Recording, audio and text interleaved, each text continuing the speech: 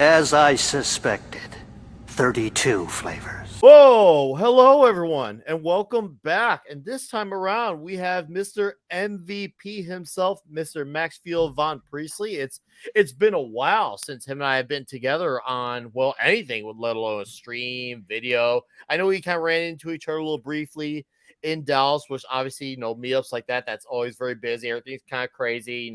It's kind of like a hey, type of thing, and and that's just how life is. He's got his life, I got my life, but I'm so happy to have you here because we're going to be talking Big Game number 4 was just released today, which is the big first ever proper, like, I guess you could say, all around Miller World crossover from Mr. Mark Millar and one Pepe Larraz. This is the 4th issue in this current miniseries and the second to last. So this is the penultimate issue before the double-sized finale next month.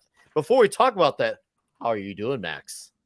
I'm doing fantastic, man. I'm kind of living off of the high after just reading Big Game issue number 4 now, and I'm stoked, man. I mean, this is Mark Millar at his best and his culmination of all his different creations. So I'm excited to talk about this with you.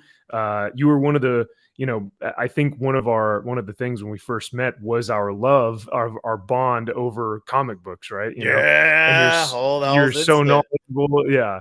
So it's great to be here, doing this review with you, because we very rarely get the opportunity to do so. So I'm just super excited. Thank you for having me. And yeah, this was, if there were any issue I would want to review with you, it would be this one. So for sure. Hey, the pleasure is mine, man. I'm happy you said yes, because like you were someone who I wanted to ask. I'm like, man, I'd really like to get Max to do this. I know he's busy, but hopefully if I can work with the guy, he'll do it. And luckily, we worked around it, and Yeah. here we are. So yeah, anyways, let's cut to it. This is we're gonna start off very spoiler free.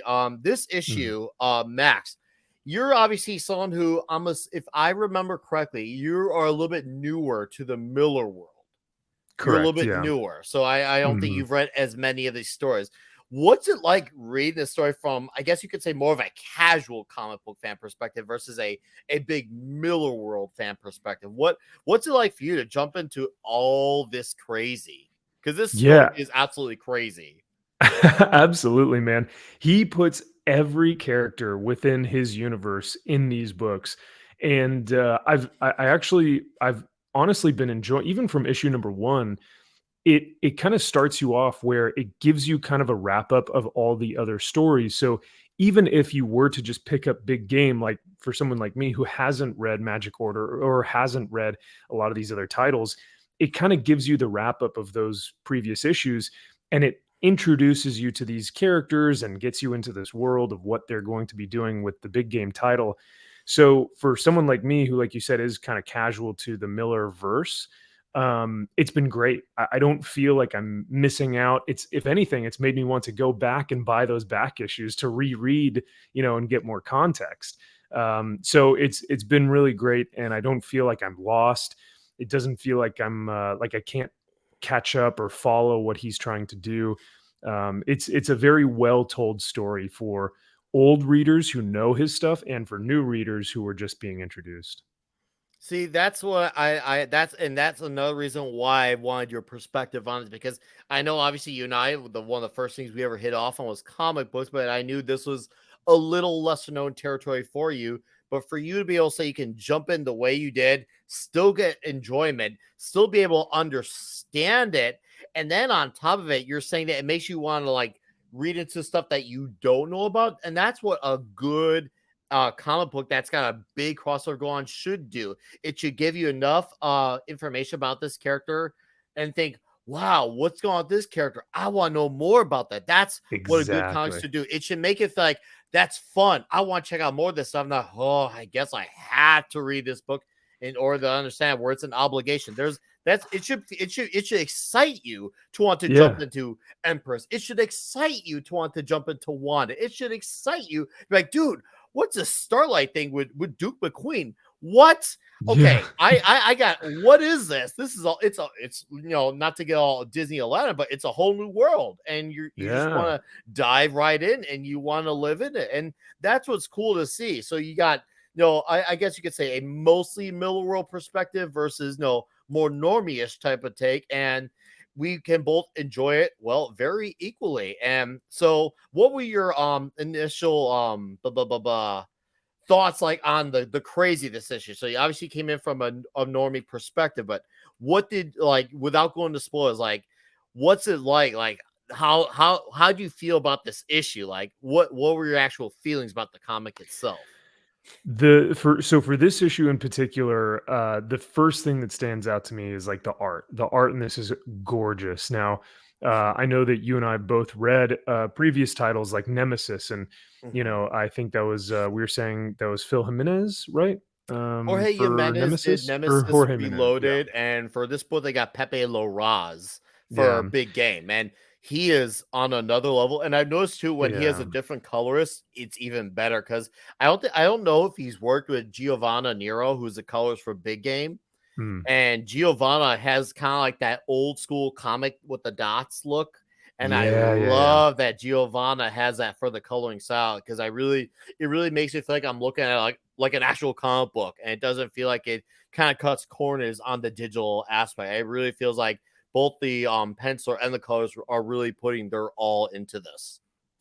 Yeah, and I think that is a testament to like Mark Millar's vision for this project, because it Mhm, feels like for all these titles he's been hiring the best talent for art, the best editors, the best inkers and colorists. Like he's mhm, really putting a lot of effort into this, and you can see that it's a it's his baby. It's something that he wants to hone his craft and show it off. And like you mhm, said, it feels like it is like a gift from him. It doesn't feel rushed or digital or like just put it out. It feels like this has been a work in progress for him that he really cares about. And I mean, mhm. he's just, his craft shows up in his storytelling, in his dialogue. His dialogue is immaculate in this book. um Oh and yeah. uh and yeah, just the characters are, you get in, you really are able to kind of see the different perspectives through all of these different characters, even though we do get some deaths, and we have been getting some deaths. Oh, I won't say quite who, a bit of them. but Yeah. like, For yeah, so spoilers. Yeah. yeah. So yeah, I've really been, at least for this specific issue, for issue number 4, like I Mhm, said, initial thoughts: art beautiful, fantastic, color fantastic. We get some characters in here that show up that have some great dialogue, and we get some characters in here who just wreak havoc, and it's awesome but also pretty frightening, and it just makes you go like, I have no idea how he's going to wrap this up in the final issue, but Oh I think that's what yeah. makes him great. So, Yeah. So no, thank you, Max. That was very well rounded. Great thoughts on this fourth issue. So for me, this issue was like, okay, so two, like, one was very exposition, 2 and 3 were death, death, death, death, death, death, beat you to death, yes. punch in the nose, punch in the nose. Yeah. And then this one had a little bit of the two, a little exposition and a little bit of the hammer smash going on. I'm like, Hmm. okay, so we're getting both these here, and it still feels absolutely crazy. It feels like it's absolutely tense. And what I like about this Miller World crossover, it really feels like it truly matters. This feels like Mm. there is stuff at stake, and you see what's going on with these characters, and as you mentioned, the various perspectives, and they all are very affected by the events going on, and it's just not in. Let's just say, no, without getting too much spoiled, not just in current year, but even in the past, there's like a, Yeah. oh, really? This is how it's gonna be? Okay, we're gonna respond this way. And you're just like, holy crap. And then you go into this issue by the end, and you're like, Mark, you did it again. You did that thing where you're at the penultimate issue at the end, at the cliffhanger, and you're like thinking, how is he gonna wrap this up? And I know you and I were talking a little bit about before we did this for a video. Like, I feel like he does this on purpose. It's almost like, is he like trying to challenge himself on purpose? Because it's Right. true that he loves doing this medium, even with all the Netflix and the hits like the Kingsman. He Hmm. still loves writing comics, and to be able to challenge yourself like that so late in his career, like he's putting out stuff that's just as good now as it was back then. And so Yeah. I've been reading this stuff throughout the year, so I can attest to that. I remember when books like Kick-Ass and The Kingsman were new. Now here we are in the days of the Ambassadors and the nightclubs, Nemesis Reloaded, and like even my guys at comic shop, like, dude, how is this guy doing this now so far to his career? He has been planning this like way far back, because my Mm. last video I did with Eric O'Sullivan. We did him and I Yeah. did Big Game 3 together.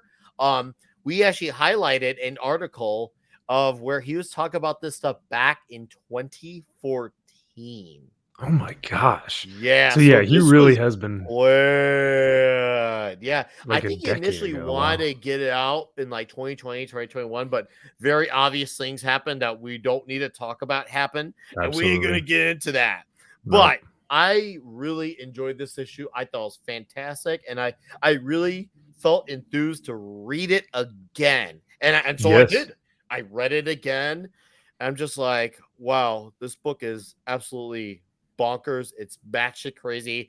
I'm having fun reading it. I'm having fun looking at it. Oh I'm yeah. having fun and just admiring it, like the way the colors are. I missed Hit Girl as someone who's seen Hit Girl for many years. Man, she's as hilarious as ever, and she's one of those characters where she is so freaking funny. She pulls off that bossy attitude way better than any modern day girl boss ever could. There's like a comedic thing to her, whereas other character, like, yeah, I can't roll this. With her, it's like I can get with this. Hit Girl is funny Yeah. at that, and she that sass, for some reason it works so much better for her than any of these modern day girl bosses. Right. Yeah. Yeah. But I mean, I what you said earlier about this book in particular has a perfect mixture of dialogue and exposition mixed with fun action, hard-hitting, impactful moments in the book. And I think that's a perfect way of explaining issue 4 in a nutshell. Is it's a Mhm. good mixture of both, because it does you don't feel like it's just nonsensical action all the time. Like everything has purpose. And but yeah, no, that she's feisty, man. That Hit Girl, she is something else. She's cursing all over the place and smacking dudes upside the head. And I mean, she's she's feisty, but it works. I think Mark has developed her character to where it doesn't seem like she's being like, oh, girl boss. Like, this is who she is. This is how her character has been for Oh, she's been years, right? training Yeah. since she was a freaking kid, basically. She's Exactly. Yeah. been this wasn't an overnight process. This was long time training. Hmm. So, okay, Max, it's been fun to talk about this book, but are you ready to get into spoilers? Like, Oof, dude, let's do it. Let's do it. all Yeah. right, this is your chance. If you're watching this video, you're thinking, okay, I like what these guys have to say. They've been very friendly with not giving away things. This is the part where you depart, and then you read the comic, and then you come back and be like, all right, Mr. Nick Weiser, Mr. MVP, I've read it. I want to see what you guys have to say about the crazy, because we're going all in. We're not holding back. If you continue to watch this video, it's kind of your loss, because you should be reading this. You should. Should Yes. be raised. Pick Okay. up. Yeah. And 3 and 2 and 1 and go. Okay. Max, dude, I wonder, and you tell me, what do you feel like this is going to be like, almost like a villain showdown between King Morax versus Wesley Gibson and Nemesis? And then the Magic Order was just like kind of like the third party. So I was like, do we not? Because that's what I'm Right. getting. And that is the big question, because that final splash page of just Oh, all of incredible. King Morath, I think his name, Morax. Morax. Yeah. Morax. King Morax's ships are just invading, and Mhm. you can see the other villain character on his ship, and he's like, I have this gut feeling, right? Just something doesn't feel right. And so yeah, you're almost wondering, like, is it going to be a showdown against the villains? And I almost wonder if somehow they're going to be able to bring back some of these heroes because they have now introduced time travel into the equation. I don't know how they would be able to do that, but hey, I mean, it's Mark Millar.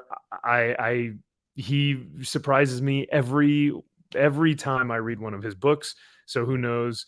But I think for me, I think the biggest spoiler in here, the biggest thing that I got excited about was seeing Nemesis come back for this issue, and boy, does it just make your heart drop, man! It just gives you spine I or tingles up your spine. You were just felt that immediately because I think it was Duke McQueen. He's like, yeah, I think someone requested us to all get together here, Mhm. and then all of a sudden, the next page, and you're like, Oh, it's him.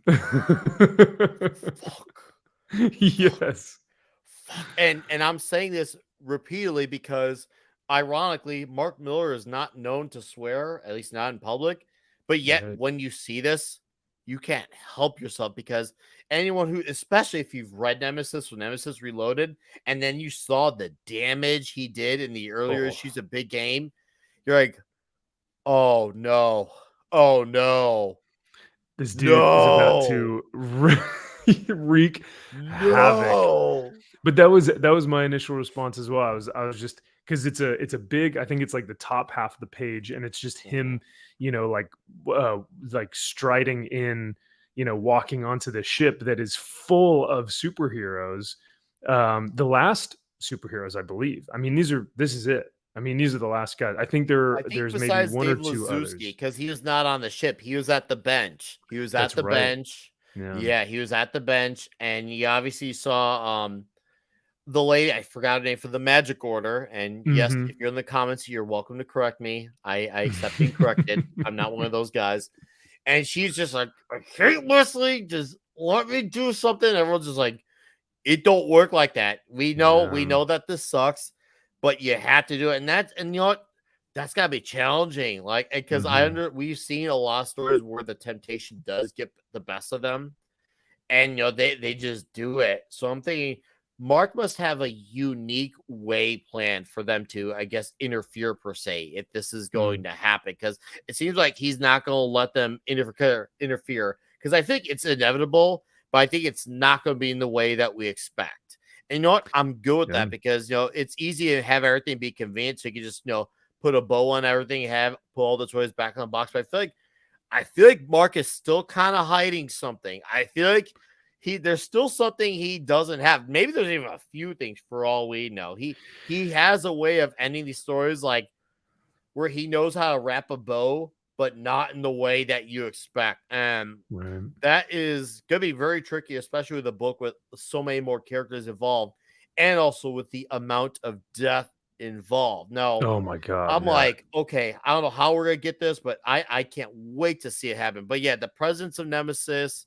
I love seeing also that the introduction of the Empress World too, which was cool because now that's one of the books that I have not read. And when Yeah, yeah. I was just like, okay, King Morax is a bad son of a bitch from the Mm. past. He's angry. Well, He's I'm like, this so is supposed to be thankful. my world. Yeah, What? yeah. This is He's my like world. People in the future have a say on this. Yes. and he's such a large presence, and you really feel, like you said, there are stakes in this book because you feel how powerful he is. Because I think at one point the dialogue states he's like, I've conquered galaxies, so why shouldn't I conquer time now? Why shouldn't I try to expand my kingdom into time and space? And so you really get a feel for, like, man, this dude is bad. But I'm thankful that you brought up the Empress world, because one of the first things that I thought while reading the book was I could read a graphic novel of just his kingdom. Like, I would love to know, how does King Morax rule, right? Who does he have that is like by his side, or what are the civilians like? What is his daughter like? What is his queen like? What is I know, I think you were kind of saying she is very much almost kind of like an Like a immortal. Medusa of the Right, Inhumans. right. She has Or that Inhumans, appearance yeah. where she's very royalty like, and she has kind of like big hair like Medusa, and she Mhm. has her leader who's like, hey, this is the guy whose word is law. Even though Blackagar Boltagon ironically can't speak, his word, Mhm. figuratively, is law. And King Morax, in the villainous sense, his word is law as well. So yeah, Yeah, I'm like, okay, I need to read this book, and I'm going to. I'm going to me make sure I too. get the tray of this before Big Game number 5 hits, because this book straight up made me think, okay, I need to know more of Empress right off the bat, right now, stats. So I'm going to be seeking out that trade. And I know Stuart Immonen did the art on Empress. So I already Oh, know nice. visually it's going to look great, because as you and I said, Mark already Absolutely. has like a knack for basically just taking the best arts, like, okay, I got you here, I got you there. I'm going to take Yep. you too. I don't care what your poster says. I'll figure it out later. It'll be Yeah. fine. So I'm sure it's going to look visually stunning. But man, you got King Morax, you got Hit Girl, you got Dave Lazuski, and those two have yet to run into each other too. They've been Yeah, split up and this entire event. I wonder how he's gonna find out about what happened on that boat. And I wonder if Hit Girl, what she's going to do, because the last time we see her in this issue, she's hopping on one of those ships that's about to Mm. infiltrate Earth. So, like, is she gonna have to get the magic order to try and help to interfere, or like, there's so many things that are up in the air, and it makes for a great cliffhanger at the end of this book. I think a lot of modern comics forget that you kind of have to have that final page that makes you go, I cannot wait for the next issue. And Mark Miller is a master at that. He always leaves you hanging and having you wanting to come back for more. Mm-hmm. But I was going to ask you, because I think we were talking about the ending and what he may do here. Do you think that this could be an Infinity War where the villains win in the end and superheroes are forgotten like they were in the 80s after the Wanted book? Or do you think the heroes are going to come back and he'll end this on a high note, like on a positive, uplifting, hey, the heroes saved the I day? thought about that, and this book, trust me, and I've been thinking about this since issue two's release. Yeah. I thought, okay, so what if there is a possibility that the villains doing? Because right now it seems like they got all the cards stacked in their deck. I mean, Absolutely. Gibson, the Fox, and Nemesis all teamed up, but it also feels like, I feel like the villains might win, but it also feels like there's gonna be a villain showdown since you got King Morax gonna involved in the picture. It's like, Right. oh, this is gonna be interesting if I see how this goes down. How does Mhm. Gibson? How does Nemesis? How do Morax? These are, and Nemesis is kind of like working on behalf of Gibson.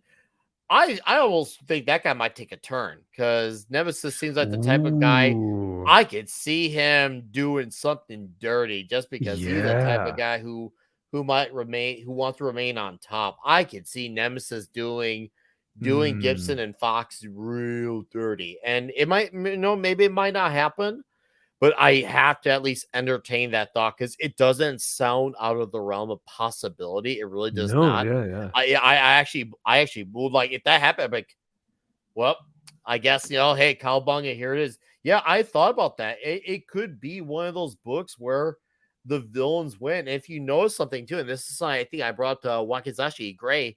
Mm, If you notice, when you're referencing the events from Wanted 1985, you're talking mhm. around that time. You had books like Watchmen, Dark Knight Returns, around that Yeah, period of the time, subversive type the of subversive archetype for period, and yeah, that's where a lot of these types of characters are kind of based out of. And the fact yeah. that a lot of this universe was this universe changed around that time period of those stories. I mean, we got that glimpse of the not Soups character, we'll just say, from number issue 2. Right, yeah. It almost feels like this world exists to replace what was those golden and silver ages of those world. Like, yeah, we killed those universes. We're the Right. replacements, and it's a world run by villains. And they had a very clever way, Mark did, of inserting AI commentary into this too, Mhm. mentioning the culture war and thought. I'm like, wow, that's actually a really smart way to address it. And he took current year, but he mentioned it within a single sentence of dialogue, and that made sense too, because it's like, this is what villains do. They divide and conquer. And he Yeah. saw it from that perspective. Yeah, pit these people, pit them on that side, class war. And we're seeing that happen in real time. So I'm like, I wouldn't call it a political book because of, but I would say there's a very loose political theme to it. A very, very loose political theme. And it Sure. makes sense because it doesn't feel like it's slanted. It just feels like, oh, hey, this is what's going on, and we're gonna break these people up and make them all go against each other. And these seem like the perfect villains to do that. They're very Exactly. smart, they're very calculated, Yeah. and they plan Batman style with this shit. We've seen Oh, how Mr. Matthew Anderson plans, and when you see him do the shit they did, especially like in Nemesis Reloaded, you're like, mhm. holy fuck. Like So he takes years, decades planning out his next, move, to be ahead of everyone else. And even like with Prodigy, like Icarus Society, you've got like this dude who's the most intelligent man in the world, and he's mhm, always 3, 4, 5 steps ahead of people. And but I mean, when you were talking about the dialogue on the commentary and stuff, I completely agree. It was not one sided. It was, and I think the best thing about it is that it was what that character, that villain would have said. It's not Mark Millar inserting himself into the book and mhm. saying to fans, "Oh, if you don't vote this way, you're a bad person." It's him saying, it's him writing the villain as the villain and saying, "How do you think we keep the class war apart from the culture war? You It was pit this smart. person, and you make them fight, and we keep all the we keep all the It cash." was so No, smart. it's so well done, and you know that any other hack writer would have Mhm. just thrown in some awful, shitty dialogue about some, political commentary about January 6th or whatever, right? And it would Yeah. just be so ham-fisted and heavy-handed. And yet we don't get that. We get nuanced takes, and we get characters that would say those normal things. So for me, it didn't feel, political or heavy-handed at all. It felt perfectly apropos for that villain who would probably say something like that. Oh, So yeah. I yeah, totally bought it. I totally felt it. I'm like, yep, spoken like a true villain. And these yeah. are villains, man. These are not Oh, characters who, like, you don't feel bad for these guys. You want to run from these guys as yes, fast as you yeah. can and maybe have like a 1% chance of survival. This is some Terminator level shit. So, all right. Absolutely. Well, do you got anything else you want to say about this book, dude? Like, is there anything you got as far as spoilers wise or theories of how you think this could go? Any final thoughts on how you think this book could go, Um, or do you want to keep those thoughts reserved? Oh gosh, I really wish that I had like theories, or I could put on a tinfoil hat and say this is what I'm thinking could happen. But Yeah. you really, I honestly don't know, and I think that's the great part about this is like, I think a great comic will allow comic readers to speculate with each other and go, Mhm. doing what we're doing right now, and say, what the heck is going to happen? Maybe Nemesis backstabs him, and then he goes with King Morax, and then they try and take over, and blah blah. And that's what a great comic book does. It generates that conversation. So I really don't know, and I think that's kind of the beauty of it. Overall, though, this was a great issue. Like I said, the art, the dialogue, the storytelling in this was just overall fantastic. I have a lot of fun, even though you see Nemesis coming. It's almost fun to watch this dude go to work, right? So I Oh just have a yeah. blast reading Mark Millar, and I can only hope that this series gets the praise and the the sales that it deserves. So, but that's about it for me for issue 4. All right. Yeah. No, for me as well. I second. I really, really genuinely enjoyed this issue. I reread it again pretty much nearly immediately after. I kind of like need to like take a breather and then read it Hmm. again. And yeah, it's wild to see how wild the story is, how fun it is.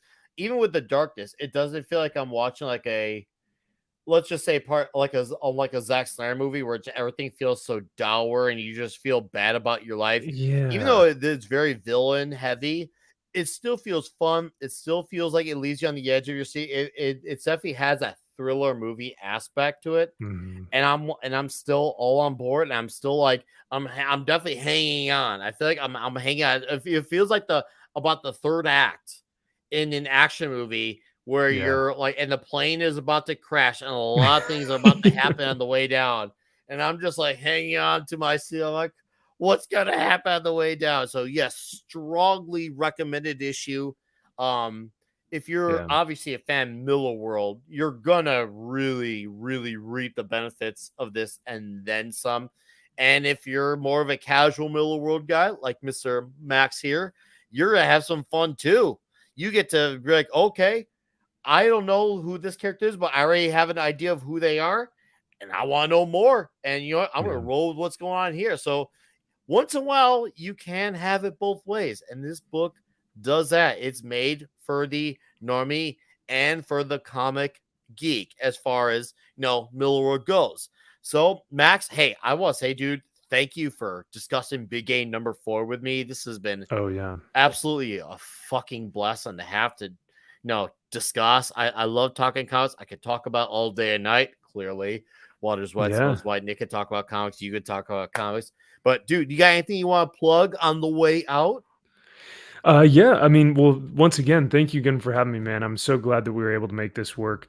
I'll just say, yeah, if you guys are interested in comic book news and reviews and also some Warhammer stuff, you guys can follow me on MVP Maxfield Von Priestley, just full name. And yeah, I've been really enjoying a new series that I've been doing where I look back like 30 years in the past, going, I think my last video was October of 1988 and I looking at all saw the that Marvel video. I comics. Yeah. loved watching it. I loved Oh, it. it's so fun, man. Cause you're like, oh my gosh, I remember, well, I remember picking up the 90s books off the shelves, but like I Mhm. remember seeing the 80s books in the dollar bins or whatever when I'd go through back issues. And so I think it's a fun bit of nostalgia. And it also gets people to see what was in 86 or 88 or 93 and go, oh my gosh, I forgot about that story or I forgot about that character.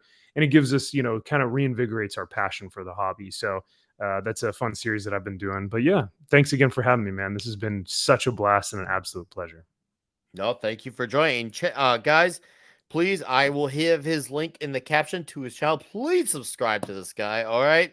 If you somehow don't already know him, well, now you do. And you can tell he knows his comics. So, yeah, thank you Thank for you. watching this video, all 32 plus minutes of it. I will see you all on the next video. You all have a wonderful day, and you lay down your souls to the gods rock and roll. Come on in! We're nightmares on the best part of my day!